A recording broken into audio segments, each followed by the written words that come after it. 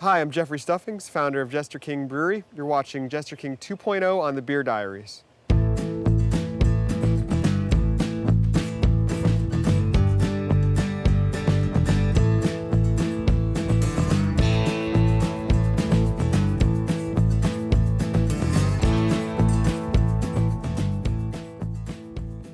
The whole principle behind what we do is to make beer that has a sense of place, beer that's tied to the land out here in the hill country. Really, the number one way we go about that is through mixed culture fermentation. We open our fermentations up to the environment around us. We allow in native yeast and bacteria that grows on wildflowers and berries around the brewery, and we also just harvest yeast and bacteria straight out of the air.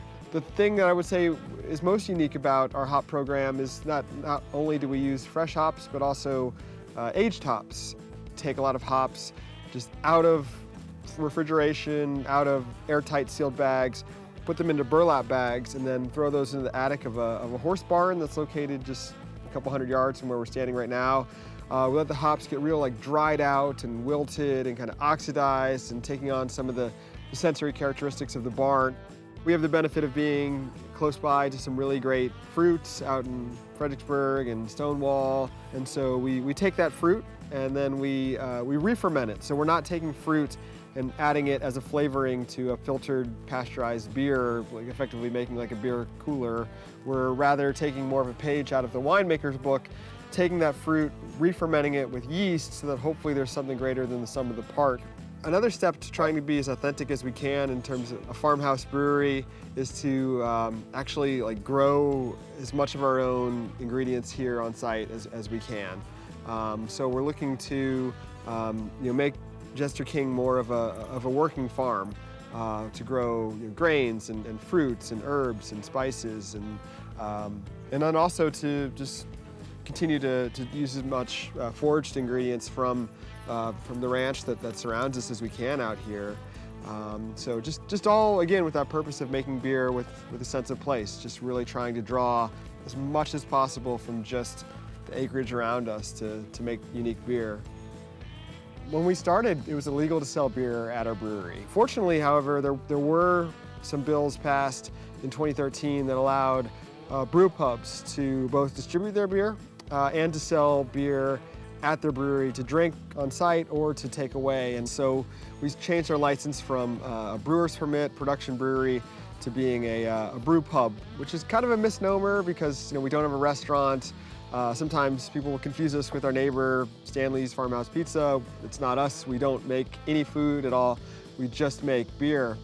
And so we've gone from 2013 from selling 0% of our beer because it was illegal, 0% of it on site, to now selling about 75% of our beer out our front door. And it's just made a world of difference for our brewery. I mean, we're basically just a break-even business prior to the law change, and now we've actually can afford to hire more people and expand our barrel room and run a tasting room, and so it's done a lot just for us being a viable business at this point. So the combination of actually being able to be a viable business and really heighten the experience for our customers has made just a huge difference, and that's why we switched over to a brew pub. Hi guys, welcome to Jester King Brewery. I'm Garrett Crowell, the head brewer here, and I'm going to show you guys around the place. So this is our courtyard here. All these picnic tables will be packed with people Friday through Sunday for our tasting room hours. They'll get pizza down from Stanley's, grab a beer from our tasting room, and have a great time out here. I'll show you guys inside and show you where we pour our beer at.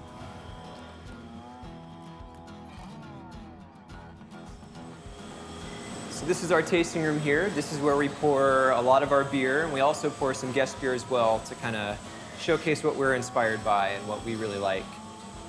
This is our bottles to go menu. We serve a lot of different bottles from different breweries for on-site consumption and also for to-go sales, just to kind of represent what we're inspired by and to expose people to some new beer. And I'll show you guys inside the brewery where we make the beer. So as you can see up here, this is our brew house. It's a 30-barrel system. We brew into these smaller 30-barrel tanks and also the larger 60-barrel tanks. We'll double batch to go into those, brewing 2 days in a row.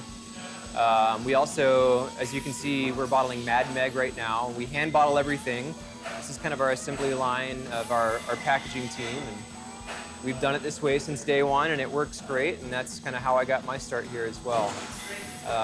And this season, when it's really warm, we can ferment beers a lot faster. So we kind of dedicate all of our fermentations to these stainless steel tanks, and we're making, we can have a beer ready in about a month, which is quite a difference from most breweries. I think most breweries can turn a beer around in about 2 weeks, but we're a little longer just due to the mixed culture fermentation that we do. But in the colder months, it takes a lot longer for our beers to ferment. So we'll start fermenting them in these stainless tanks, and then we'll send it over to barrels to kind of go through a long-term extended aging. And I can show you guys in here, in the barrel room. So this is where we house all of our oak barrels. We keep this barrel room at about 60 to 62 Fahrenheit year-round. And really, we just want to keep acetobacter from becoming too prominent. It's in our house culture and it's okay, but if it gets too warm, it'll start turning our beer to vinegar really fast. And we don't really want that. We want a little bit acidic beer, but not vinegary beer. If you look on this side, these larger format barrels are currently housing a lot of our spontaneous fermentations. So every winter, January and February, we'll brew spontaneous beer where we boil for 4 hours, send it to a cool ship, and then send it to these barrels for fermentation without adding any yeast. The larger format barrels tend to impart less oak over a very long period of time, which for us is great. Really, we want the barrels as a vessel or a housing unit for different yeast and bacteria rather than a flavoring component. But on occasion, we do find some barrels that are too tempting to pass up. Like recently, we put some atrial rubicide in a sherry barrel to impart a little extra flavor, a little extra flair to that beer. And to the left of these barrels, we have several oak foeders that we've been fermenting beer in as well. They're kind of like a middle ground. We'll ferment beer in a stainless tank, send it to a foeder for a little bit of aging, and then end up sending it to barrels for the long run. But we also do some fruit fermentations in there as well, like grapes or peaches or apricots, things of that sort. And then over on this side, we've got some smaller format barrels, which are all wine barrels as well. And this is kind of where the magic happens in our brewery, just the nuances of having a microcosm of yeast and bacteria in every barrel. And that's really where I think some of the most unique character in our beer is imparted. So come on out and try for yourself and see what you think about the nuances of our fun beer out here.